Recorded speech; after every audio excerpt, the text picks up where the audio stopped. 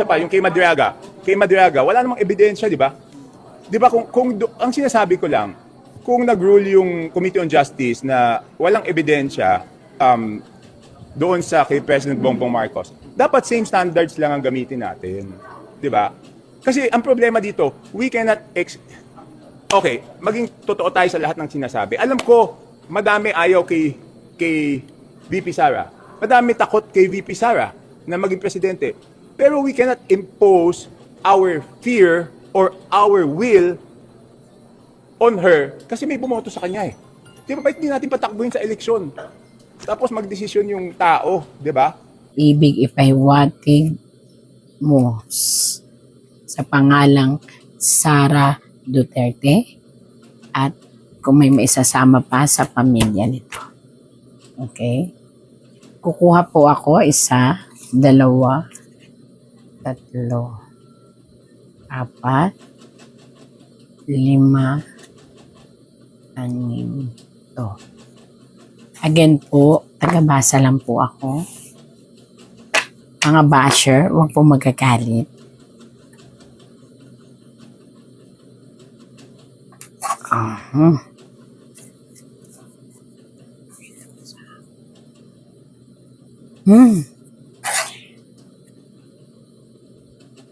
Ito po ay isang kamay na may hawak na espada na kung inyo pong susumahin, ito po ay may mga dahon. Ayan, nakita nyo, ipapaliwanag ko pa. At may corona.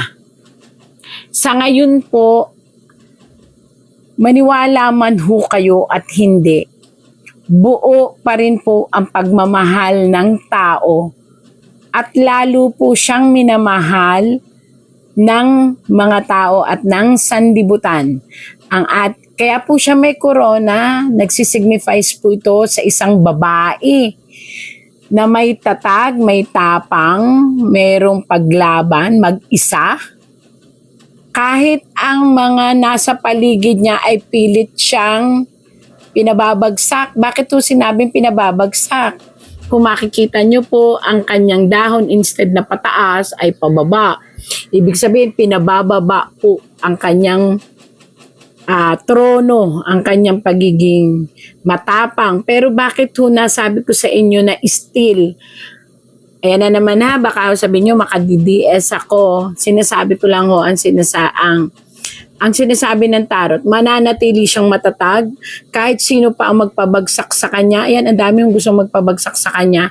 Ang corona ay nasa dulo ng espada na nagsisignifies po ito na ang kanyang kagalingan at ang kanyang tanging angking pang-amo sa tao ay kahit anong gawain ng kalaban ay hindi matitinag, mananatili siyang nasa corona. Ayan po ang tatag. At kung bakit po ang kamay ay parang makikita nyo na parang lalaki. Kasi po, siya po ay being guided ng universe. Ayan. Masakit man nung sabihin, para po sa mga nagagalit sa kanya, wala po akong ibig sabihin. Ini-interpret ko lang po ang tarot. Mananatili po siyang matatag. Mananatili pong matatag si VP Sara kahit ano pa po ang ipato at ipukol sa kanya, may isang espada na puputol sa kabaliwan ng sanlibutan na pabagsakin siya. Actually ho, hindi sanlibutan ang nagpapabagsak sa kanya, kaya nakikita nyo po mayroong spleen na mga liwanag.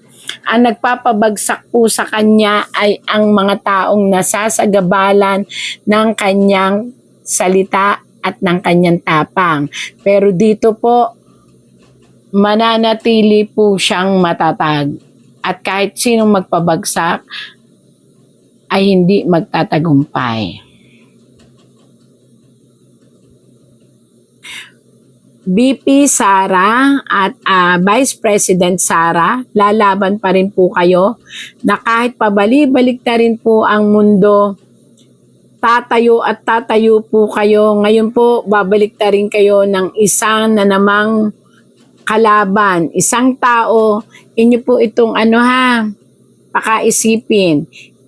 meron na naman po kayong panibagong kakalabanin at haharapin. Pero again po, ito ay inyong malalampasan at masasagot. At maaaring itong pagsagot ninyo dito ang magbubukas na naman ng panibagong issue ng kabulastugan na ibinabato sa inyo pero maipapasa at maibabato nyo sa kalaban. Kaya ito po'y panawagan kung sino man po ang mag-iimbestiga sa kanya, sana po ay mapagtuunan nyo ng katotohanan ang bawat salita dahil lalaban po talaga siya at ipapakita niya ang katotohanan.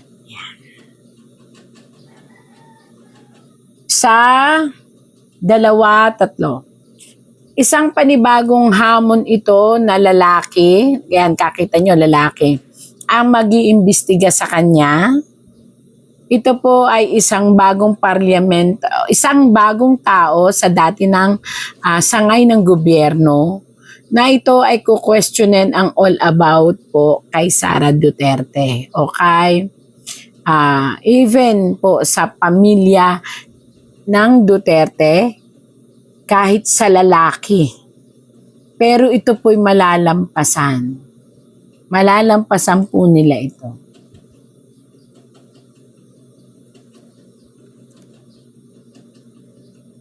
Hindi ko alam po kung sino ito, pero isang lalaki. Isang lalaki po ang titistigo at magpapatunay ng isang sitwasyon kay Ma'am BP Sara o sa pamilya ng Duterte at ito'y magiging matibay na sandata nila para sila ay manalo sa panibagong akusasyon na ibibintang or itatanong sa kanila. Ayan po. Isang tao na ano po nitong taong to, prominente, paniniwalaan ng tao at ito po ay dedicated na tumulong sa pamilya Duterte para ilabas ang katotohanan. So ngayon, takot sila kasi 1 million plus % na hindi nila kaya i-negotiate si Vice President Sara Duterte.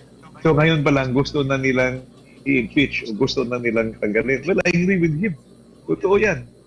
Katotoo lang, kaya nila gustong tanggalin kasi wala silang kandidato na malakas na iharap sa Vice President Sara Duterte sa 2028. And the only way that they can get rid of her is to impeach her. And ako, hindi naman tayo, we were not born yesterday. Alam natin yung course politika yan. Yung investigation na yan, alam naman natin politika yan. Ang liit-liit ng amount at saka wala yung confidential fund, confidential expenses from the start.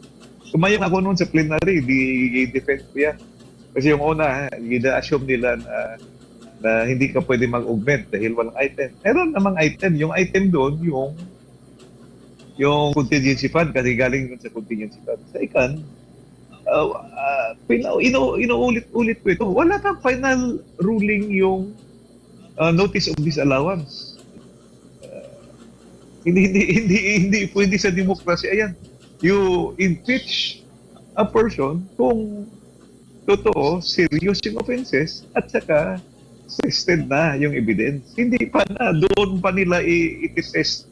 Saka doon pa maghahanap ng ebidensya. May point yung sinasabi ni Sara ni BP Sara na parang ngayon pa sila nag-strengthen ng kanilang ebidensya. Dapat when they ruled that the articles of impeachment is sufficient in form and substance, dapat doon pa lang na-check na kompleto yung ebidensya.